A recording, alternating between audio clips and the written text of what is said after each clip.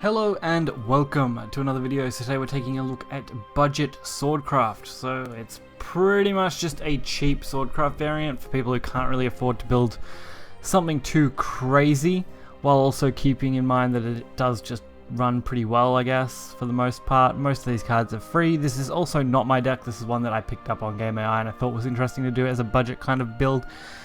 So keeping that in mind, this deck is running 5 1-drops, 1 Vanguard, 1 Trainee, and the 3 Quick Blader, which is pretty normal. I mean, the Trainee is pretty good, Quick Blader is great, and the Vanguard actually works pretty nicely if you do get it off with the Pompous Princess, which you are running 2 of.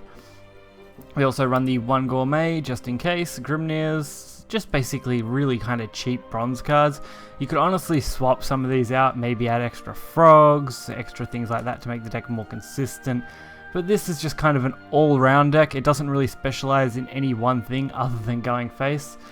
So keeping that in mind, we are running the 1 Albert just because of that budget. You know, you can only really afford 1 legendary, then definitely use the Albert for this deck.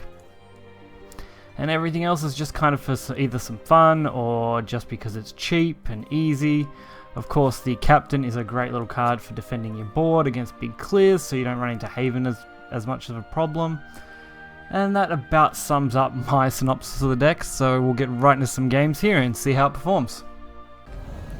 The first matchup for this deck I had against Dragon, keeping things interesting. We get a pretty crappy hand. The Kunoichi is the only really good card here. I mean, Amelia's not bad, but it's also not the best. So you are looking for your 1, 2, 3 curve, which is normal in most decks these days. I mean, you're normally looking for those really early curves unless you are playing something like Seraph or a control deck where you're looking for certain combo pieces or long-term sustainability.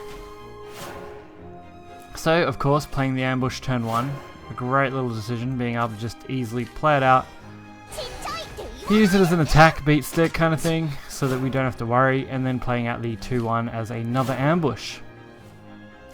Turn 3, Captain is looking like the promising play.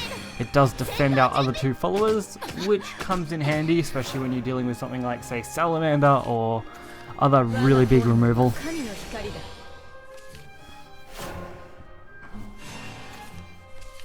And of course, Pompous Princess turn 3. Why? Because our turn 4 Amelia isn't really that great there. I much would rather use that and get the advantage. Worst case, I would have evolved the Pompous if I had got the Storm, but this works out as well. Fills our board, keeps things locked in, makes it hard for them to easily trade into us. Fortunately, they play Sybil, meaning they don't get the heal this turn because they are 1 off, but next turn they will get the heal off the Dragon's Nest, which is a little more difficult, I guess, because there's not much you can really do against that. It's gonna go off. Like, no matter what, this card will go off. You can't really stop it without a banishment, and Sword has none, so. Palace Fencer getting us some extra damage and trading nicely, along with the Naval Guard being able to just come out. That way, they either have to clear or lose, pretty much. Where for me, that's not really a big issue, as Sage Commander, or just the fact that these will survive AoE, will win the game. Which is fortunately the case. So even without Sage Commander, that is lethal, and our opponent notices that.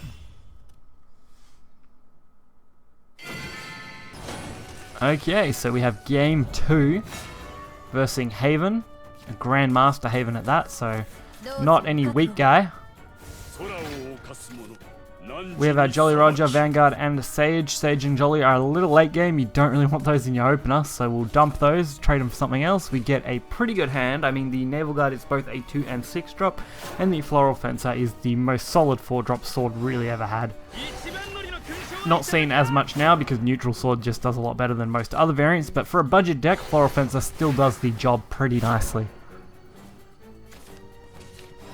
So we get to play on curve right up to 5 if we want. And as long as Haven's only dropping amulets, it shouldn't be any problem dealing damage.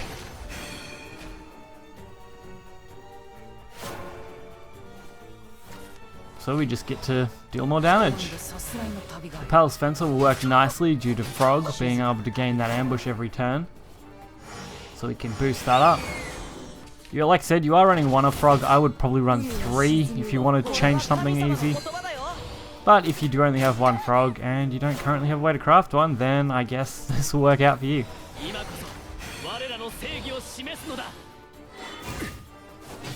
Because frog's just a great way to get chip damage in repeatedly, and it's not that easy to remove. While Haven has options, it will usually stick around in most cases. Priest of the Cudgel, banishing 1, killing another, leaving up the frog because it's untargetable, and then getting in just that little bit of damage. Fortunately, Floral Fencer, best turn 4, being able to easily kill off this, restock the board, and get us that little bit of damage in, thanks to the frog. The only disadvantage is that is going to open next turn, the Beast Call, and deal 2 damage to that, kill it off, and I'm pretty much left with the frog and nothing else. And more unfortunately, another priest, so they can go for an even better 2 for 1 this turn.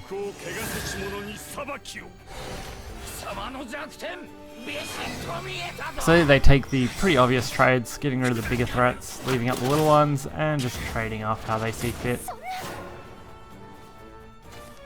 Fortunately, Quickblader does come, so that means we can actually go for a 3, or 2, sorry, trade if we need to.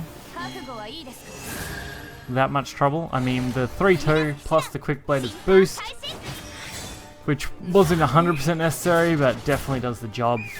Along with getting that 3 damage to their face, setting up for an Albert lethal soon. Hoping we can just survive that long. But this Stormhaven aggro-y deck is doing very well. It is a little bit older style. I mean, seeing these Maimas or whatever they are, the weird card that can't be damaged by spells and effects. You don't usually see them very often anymore, not like you used to. So I decided to wall up and then use the Vagabond not as a way to kill them, but as a way to limit what they can do.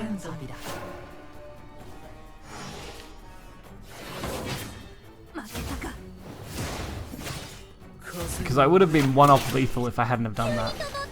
So doing it that way means I can pretty much guarantee the next turn. I mean, they needed 3 damage, they don't have 3 damage, and Albert Vagabond is lethal.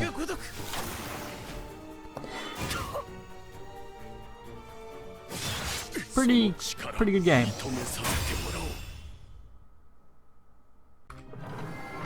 Alright, the final matchup for this video is against Rune, another pretty popular deck at the moment. Plenty of different variants of Rune floating around. I mean, I've seen everything from Earthright, D-Shift, hybrid decks, Golem decks, neutral decks, wallet decks. You know, they have so much variation at the moment going around in the ladder. Don't be surprised if you run into any of them. Neutral seems to be one of the more popular at the moment, and D-Shift obviously being a one-of here and there. I don't see it as much as I used to, but still frequent enough that it worries me. Alright, Kunoichi Trainee, a good solid 2-drop, Vagabond Frog as our 3-drop, and then probably Angelic Knight as our 4, as long as nothing interrupts our curve. And Quickblader actually filling it out nicely, meaning that the Angelic Knight and Quickblader play together works out even better. So this deck is mainly played as an aggressive deck, although you can use some trades, although I don't really recommend it personally. I found it's much easier just to stack damage and lock the board as best you can, so they can't really hit you in the face.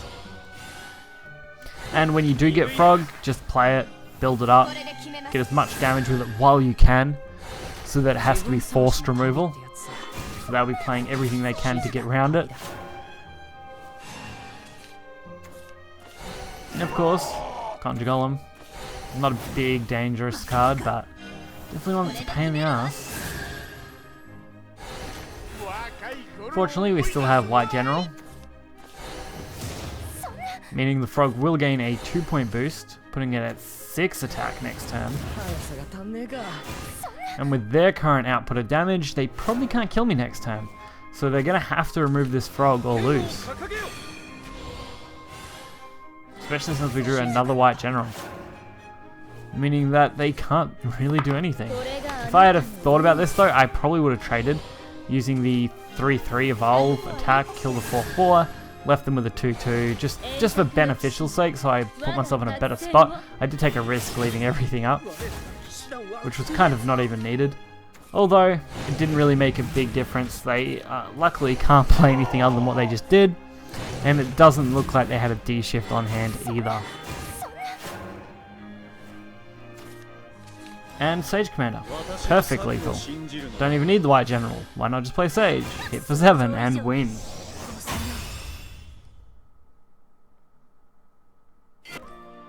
So, to sum up this deck, if you're looking for something cheap and something for the lower ranks, or just to complete some missions, then I would recommend this budget sword build. I mean, it does the job. It's not perfect. It could definitely have a lot of room for improvement, like upping the Albert count, changing out frogs, obviously turning into a more aggro-styled variant of sword, or just moving it into a neutral variant, one or the other. But if you are pretty new to the game, this deck does do a good job, so definitely check it out if you got the chance. As always, the deck list will be in the description below. Hopefully you guys enjoyed this video. If you did, make sure to hit that like button and subscribe, and I will catch you guys next time. See ya!